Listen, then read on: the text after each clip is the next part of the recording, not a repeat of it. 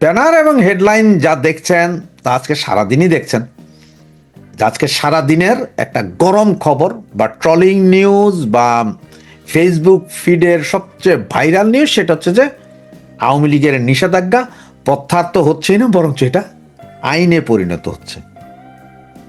তবে এর ভিতরে অনেকে ভুল আছে। আওয়ামী লীগের নিষেধাজ্ঞা না, আসলে আওয়ামী লীগকে ব্যান করা হচ্ছে না, আওয়ামী লীগের রাজনৈতিক কর্মকাণ্ড, মানে আওয়ামী লীগ রাজনৈতিক কোনো কর্মকাণ্ড করতে পারবে না, সেইটা নিষেধাজ্ঞার আড়ালে আসছে। এখন থেকে আরো হয়তো আইনগতভাবে আরো কঠোর হবে, যে কেউ মিছিল মিটিং ওই যে একটা পোস্টার একটা খাম্বায় লাগায় 10 মিনিটের যেই ভিডিও করেন, পোস্টার কিন্তু লাগছে একটা 10 মিনিটের ভিডিও, বিশাল কর্মযোগ্য করে ফেলেছেন।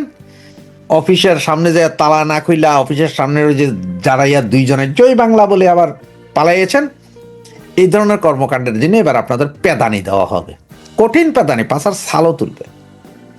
তো এই কথাগুলা বহুবার বলেছি, আমার ভিডিও কন্টেন্টে অনেক কন্টেন্ট আছে যে দেখতে পারেন। আমি বলেছি যে তারেক জিয়া আওয়ামী লীগের নিষেধাজ্ঞা তুলবে না, বরঞ্চ ও গলায় দড়ি দিয়ে আপনাদের লটকাবে, কিন্তু আপনারা তখন বিশ্বাস করেন নাই। অনেকেরই বলেছিলাম যে তারেক জিয়ার এক দাঁতের বুদ্ধি আওয়ামী লীগ নেতাদের নাই। আপনারা মনে করছেন আরে কি বলেন ভাই, আপনি একটা কথা কইলেন।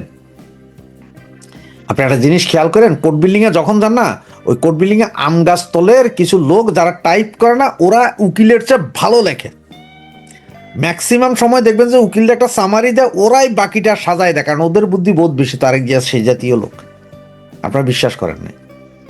এই যে এখন তারেক জিয়া, কেউ কি মনে করছেন আপনারা ইলেকশনের আগে তারেক জিয়া আপনার পৃথিবীর বিখ্যাত পত্রিকা টাইমস ম্যাগাজিন বা কিছু একটা, এমন কোন একটা সঠিক মনে নাই, সেখানে বলছিল যে আমরা নির্বাহী আদেশের মাধ্যমে কোনো দলকে নিষিদ্ধ করুক, এটা আমরা চাই না, কারণ হচ্ছে আজকে আওয়ামী লীগ নিষিদ্ধ হবে, কালকে হয়তো আমার দল পড়বে।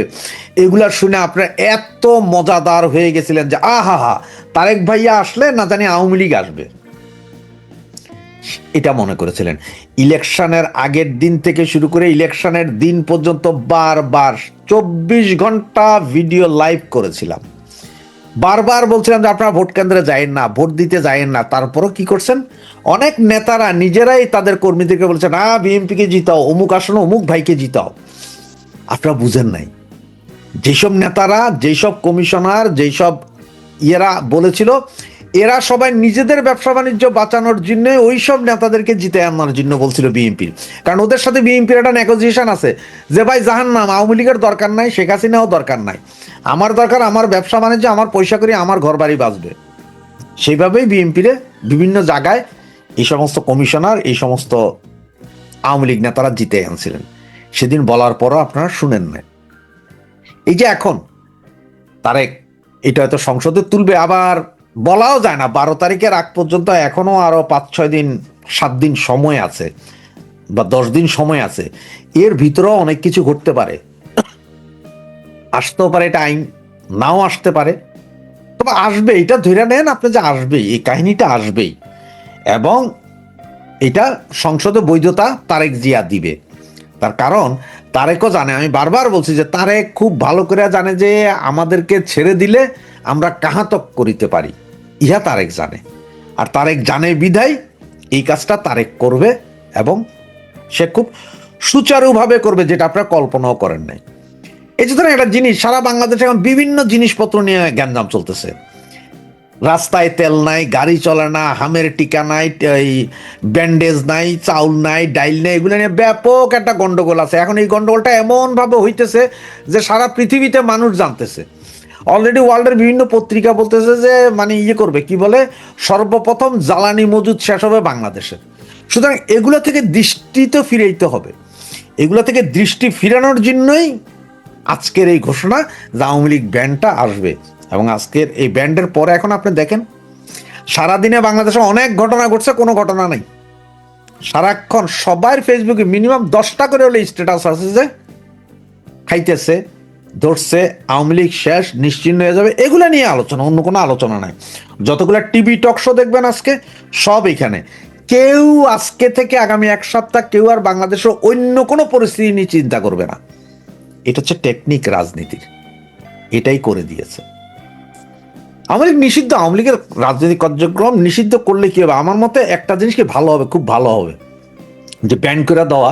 এতে ভালো হবে কি জানেন, আওয়ামী লীগের ভিতরে যতগুলো যে হাইব্রিড আছে না, এগুলো সব দেখবেন যে আগামী 3 মাসের ভিতরে বিএনপিতে ফুল নিয়ে নিয়ে যোগদান করবে। আওয়ামী লীগ আরো বেশি পরিচ্ছন্ন হয়ে আসবে, এবং এইটা আওয়ামী লীগের জন্য একরকম ভালো। যারা আসলে বঙ্গবন্ধুকে ভালোবাসে, শেখ হাসিনাকে ভালোবাসে, তারা ছাড়া বাকি আর সব এখন দেখবেন যে বিএনপি বা অন্য কোনো দলে যোগদান করবে। এটা আওয়ামী লীগের জন্য একরকম ভালো। আর এখন আমি বা আপনি, আমরা কি করব? আমরা তো আর কোনো নেতা বা বিশাল কোনো কিছু না, আমরা তো তৃণমূলের নর্মাল সমর্থক। আমরা তো আওয়ামী লীগের পক্ষে কথা বলি, কথা বলবো, হয়তো আজীবন কথা বলবো। এরপরও অনেকে হয়তো আপনাকে আমাকে জিজ্ঞেস করবে আইসা, যে ভাই তুমি কোন ইউনিটের আওয়ামী লীগ, কোন আমলের আওয়ামী লীগ, কি করেছো আওয়ামী লীগের জন্য? কিন্তু এইসব লোকগুলা বুঝে না যে আমরা কিছুই করি নাই ভাই আওয়ামী লীগের জন্য, কিন্তু আমরা ভোটটা দিছি আওয়ামী লীগে। আমরা নৌকার বাইরে কোথাও ভোট দেই নেই। আমরা ওই যে নৌকা বাঁচানোর জন্য জামাত বিএনপিকে ভোট দিই নাই, প্রয়োজনে ভোট কেন্দ্রেই যাইনি, ভোট দেইনি। এটা হচ্ছে যে আমাদের বেসিক সত্য, এটা হচ্ছে আমাদের বেসিক শক্তি। আমরা শেখ মুজিবের বাইরে কিছু চিন্তা করি না, আমরা শেখ হাসিনার পরে আর কিছু চিন্তা করি না। আমাদের কোনো মামা গ্রুপের দরকার নাই, ভাগ্নি গ্রুপেরও দরকার নাই। আমরাই শেখ হাসিনা, শেখ হাসিনাই আমাদের নেতা। এর বাইরে আমাদের কোনো চিন্তা নাই। বাংলাদেশের কোনো নেতারে, কোনো নেতাকে গুনার টাইম নেই। ওই যে একটা কথা বলে না, যে আপনি যখন ওই যে কোনো নিষিদ্ধ পল্লীতে যাবেন, তখন আপনি জানেন না যে কার এইডস আছে আর নাই, যার কারণে আপনি তাদের সাথে ওই শারীরিক সম্পর্কের প্রোটেকশন নেই, যে মানে কন্ডম নেয় বা এইরকম নেই। বাংলাদেশের কোনো নেতারে প্রোটেকশন তো দূরের কথা, কম্বল না, যদি বলে বস্তা দিয়েও বাইন্ধা নেন তাও টাইম নেই। শেখ হাসিনার বাইরে আর কারোর জন্য কোনো টাইম নেই, কোনো ইয়েও নেই। কোনো নেতাও মানে না, কারোর মানে না, শেখ হাসিনা মানি। এরপর আর কি হবে? সুতরাং যেই কথাটাই বলছে, যে নিষেধাজ্ঞা, এটা আমি বারবার আগেও বলছিলাম, এখনো বলি, তারেক এটা করবে, এটা জানা ছিল, এটা জানা ছিল যে তারেক এটা করবে। এর বাইরে তারেক যাবে না, কারণ তারেকের অভিজ্ঞতা আছে 96 সালের 15 ফেব্রুয়ারি ইলেকশনের পরে কিভাবে আওয়ামী লীগ খালেদা জিয়াকে ফেলে দিয়েছিল, 2006-এ কিভাবে লগি বইটা দিয়া আপনার তারেককে বা তারেকের পুরা ফ্যামিলি খালেদা জিয়াকে ফেলে দেওয়া হয়েছিল, এগুলো তারেক জানে, যার কারণেই তারেক এটা করবে। এখন আবার আপনারা হঠাৎ করে ছিলেন লগি বইটা জোগাড় করো, তারেককে সায়স্তা করে, এটা ছিলেন না, কারণ এখন আর লগি বইটার যুগ নাই, এখন আছে স্নাইপার রাইফেলের যুগ। এখন 1,500 মিটার দূর থেকে কিভাবে ফেলে সেই যুগ। এখন 2,000-3,000 মিটার দূর থেকে কিভাবে ফেলে দিতে হয়, ওই যে 24শে আগস্ট, এই 24শে আগস্ট বলছি, জুলাই আগস্টে সে গণ আন্দোলন দেখছেন তো, 1000 মিটার, 1,500, 3,000 মিটার দূর থেকে কিভাবে ফেলে দিছে। এখন স্নাইপারের যুগ, এখন ওগুলার যুগ, লগি বইটার এখন আর যুগ নাই। কেউ যদি স্বপ্ন দেখেন যে লগি বইটা দিয়ে হবে, না না না, সবসময় মডার্ন হয়, সব কিছুতে মডার্নিজম আসে। যেমন একসময় 91-96 সেই ইয়ে চিন্তা করতে পারেন, এরপর 2001 পর্যন্ত, 96-2001 পর্যন্ত এটা চিন্তা করতে পারেন, 2001-এর পরের অ্যাকশনটা চিন্তা করতে পারেন, 2008-এর পরের অ্যাকশনটা চিন্তা করতে পারেন। এক এক সময় এটার মাত্রা হেভি হয়েছে। এক সময় বাটন ফোন ব্যবহার করতেন, এখন আপনারা আইফোন ব্যবহার করেন। সুতরাং ওই যে যদি মনে করেন যে সে বাটন ফোনের মতন আমরা রিমোট চেপ দিব আর সব হয়ে যাবে, সেটা না। এখন আরো উন্নত হইতে হবে, লগি বইটা দেওয়া হবে না, এখন লাগবে অন্য জিনিস। এবং সেটা কিভাবে কি করবে সময় হয়তো বলে দিবে, সময়।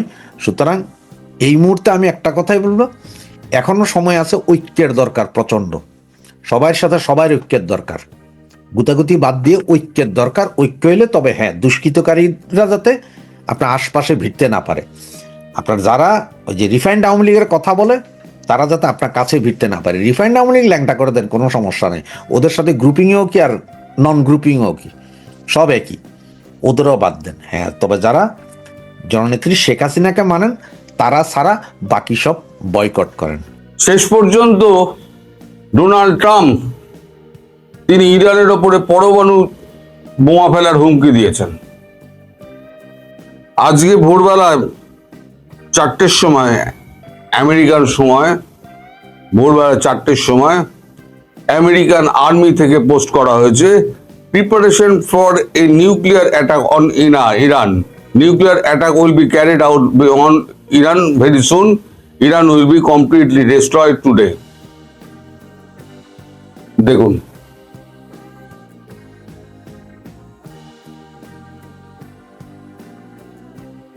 আবার ভালো করে দেখাচ্ছে।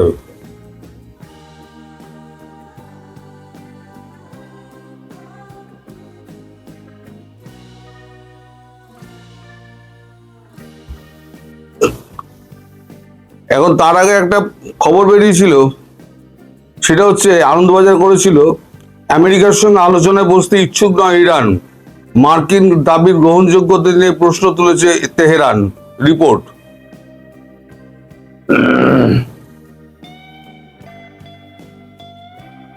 এটা যখন সমস্ত কাগজে বেরোয় তখন ডোনাল্ড ট্রাম্পের মাথা খারাপ হয়ে যায়, যে আমেরিকাকে পাত্তাই দিচ্ছে না, আমেরিকার সঙ্গে বসতেই রাজি নয়, অতএব শেষ অস্ত্র পরমাণু বোমা ফেলো।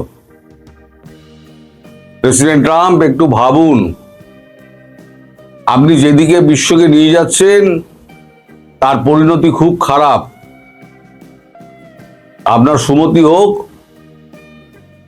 যদি সত্যি সত্যি আপনি এই ঘটনা ঘটান তাহলে তার রিটালিয়েশনটা আপনি ভাবুন। আপনি পরমাণু একটা বোমা আপনি ফেলে দেবেন ইরানের ওপরে, ইরান শেষ হয়ে যাবে ঠিক, কিন্তু রিটালিয়েশনটা কি হবে? রাশিয়া কিন্তু নেমে যাবে, চীন নেমে যাবে।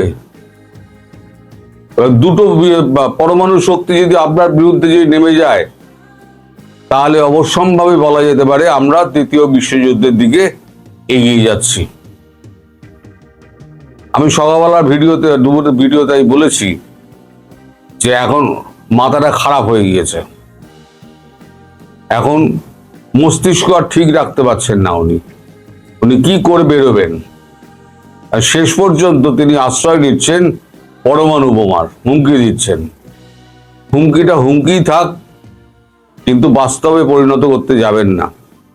বাস্তবে পরিণত করতে গেলে তৃতীয় বিশ্বযুদ্ধ লাগবে, আর তৃতীয় বিশ্বযুদ্ধ লাগলে আপনি এবং ইউরোপ, ব্রিটেন কেউ পার পাবে না। রাশিয়ান পরমাণু বোমা পৃথিবীর প্রত্যেকটা দেশে গিয়ে পড়বে। আপনার আমেরিকার ওপরে পড়বে, ব্রিটেনের ওপরে গিয়ে পড়বে। আপনারা দুজনে এবং ইউরোপিয়ান ইউনিয়ন তিনজনে মিলে যে ইউক্রেনকে জেলেনস্কিকে সাহায্য করেছিলেন, তখন থেকে কিন্তু পুতিন সহ্য করে যাচ্ছে। পুতিন কিন্তু একবারও পরমাণু হামলার কথা বলেনি, একবারও নয়।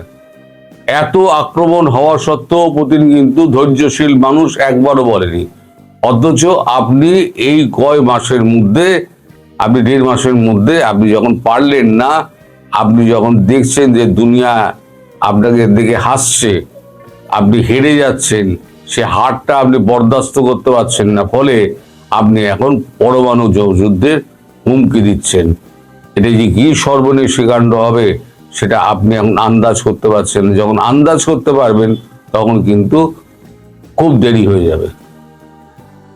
ফলে আপনি এখনো ভাবুন, আমি বলবো আপনি এখনো ভাবুন। একটা কাজ করার আগে কিন্তু 10 বার ভাবতে হয়। ভারতবর্ষের উপরে কম অত্যাচার আপনারা করেননি, কম কটু কথা বলেননি নরেন্দ্র মোদীকে, কম বাঁশ দেওয়ার চেষ্টা করেননি। ভারতের শক্তি কিন্তু আছে, ভারত কিন্তু রিটালিয়েট করে না, ভারত চুপ করে বসে থাকে। ভারত দেখে কতদূর এগোবি এগো, আপনাকে একটু ধীরে এগোনোর সুযোগ করে দেওয়ার একটা চেষ্টা কিন্তু রাশিয়া করেছিল, ওমান করেছিল, কিছুটা পাকিস্তানও এগিয়েছিল। কিন্তু আপনার কথাবার্তা মানে ডিসিশন, যেটাকে বলে সিদ্ধান্ত, সেই সিদ্ধান্ত কখন পরিবর্তন হয় সেটা কেউ বুঝতে পারে না। ফলে আপনার কথার উপরে তেহরান কিন্তু বিশ্বাস করতে পারছে না। আপনি আজকে বলছেন ঠিক আছে এই বন্ধ করে দেবো যুদ্ধ, আবার 3 দিন বাদে কি 1 মাস বাদে কি 2 মাস বাদে আপনি আবার শুরু করে দিলেন। ততক্ষণ অস্ত্র ভান্ডার আপনার রেডি হয়ে গেল, অস্ত্র ভান্ডার রেডি হয়ে আপনার যুদ্ধ আপনি আবার শুরু করে দিলেন। তাই তেহরান আপনাকে বিশ্বাস করতে পারছে না। আপনি ভারতকে বলুন, ডিরেক্টলি বলুন, নরেন্দ্র মোদীকে, সেখানেও আপনার লজ্জা লাগছে। নরেন্দ্র মোদীকে কেন বলবো? আমি মাথা নিচু করব না, তৃতীয় বিশ্বের কোন নেতার কাছে আমি মাথা নিচু করব না। একমাত্র নরেন্দ্র মোদী পারেন। আমি বরাবর বলেছি, এই যুদ্ধ থামাতে একমাত্র নরেন্দ্র মোদী পারেন এবং একমাত্র নরেন্দ্র মোদী পারেন। সুতরাং আপনি একবার শেষ চেষ্টা করুন, একবার ভাবুন যে আপনি যেটা করতে যাচ্ছেন সেটা কতটা ঠিক, কতটা ভুল। আমি জানি না এই ঘটনা প্রবাহ কোন দিকে এগোবে, তবে যদি সত্যি সত্যি আপনি ভাবেন যে ভেরি সুন যে কথাটা বলেছেন, খুব তাড়াতাড়ি আমি আক্রমণ করব, তাহলে আমি বলবো আপনি ভুল সিদ্ধান্তে পা দিচ্ছেন। আপনি একেবারে সাপের গর্তে হাত ঢুকিয়ে দিচ্ছেন, গোখরো সাপের গর্তে, যেখানে সারা বিশ্ব আপনার উপরে ক্ষেপে আছে, আপনার এই কাজকর্মের জন্য, আপনার এই ভুল কথাবার্তার জন্য। আপনাকে কিন্তু কেউ ছেড়ে কথা বলবে না। আপনি চীনকে খেপিয়ে রেখেছেন, আপনি রাশিয়ায় খেপিয়ে রেখেছেন, আপনি ইউরোপিয়ান ইউনিয়নকে খেপিয়ে রেখে দিয়েছেন। ফ্রান্স কি আপনাকে ছাড়বে? ফ্রান্সের রাষ্ট্রপতিকে আপনি অপমান করছেন, ব্রিটেনের প্রধানমন্ত্রীকে আপনি অপমান করছেন, ইটালির প্রেসিডেন্ট মহিলা জর্জিয়া মেলোনি সম্পর্কে আপনি কুকথা বলছেন, তিনি একজন মহিলা। মানে আপনার মুখে যা আসে আপনি তাই বলে দেন। তারপরে ক্ষমাটুকু চাওয়ার মতো আপনার থাকে না, মানে বোধ থাকে না যে না আমি এটা ভুল বলেছি, এটা স্বীকার করে নি, আমায় ক্ষমা করে দিন, এটা আমার মুখ ফসকে বেরিয়ে গিয়েছে। এগুলো করলে কিন্তু আপনি আরো বিপদে পড়বেন। আমেরিকা তো ধ্বংস হবেই, সঙ্গে সারা বিশ্ব ধ্বংস হবে। সারা বিশ্বের কেউ কিন্তু রেহাই পাবে না, কেউ রেহাই পাবে না। পুরো বিশ্বটা অস্থির হয়ে যাবে। একই জ্বালানি সংকট, তার সঙ্গে বিশ্ব লড়ছে, এই করোনা থেকে উঠলো, তারপর আপনি আবার শুরু করলেন ট্যারিফের পর আপনি শুরু করলেন এবার তেহরান। মানে আপনাকে নোবেল নিতেই হবে। আপনি কি ভাবছেন পরমাণু ফেললে আপনি নোবেল পাবেন? নোবেল আপনি পাবেন পরমাণু বোমা ফেললে? ইতিহাসে আপনার নাম কিন্তু স্বর্ণাক্ষরে লেখা থাকবে। আপনি ভাববেন না আপনি বেঁচে যাবেন। ইতিহাসের কালো পাতা থেকে আপনার নাম কিন্তু ওই রাবার দিয়ে কেউ তুলতে পারবে না। সুতরাং আরো 10 বার ভাবুন। আপনি যে কথাটা বলেছেন, আমেরিকান আর্মি যেটা টুইট করে জানিয়েছে, সেই টুইটের আপনি অন্য কিন্তু কোনো কিছু ভাবুন। বলেছিলেন সকালবেলা উনি ঘুম থেকে উঠে একটা টুইট করে দেন, ভোরবেলা 4টের সময় একটা টুইট করে দিয়েছেন আপনি। 5,10,000 আপনার ভিউজ হয়ে গেছে, এর মধ্যে লাভ সাইন পড়েছে। তারা তো চাইছে, শত্রুরা তো চাইছে যে আপনি এটা ভুল করুন।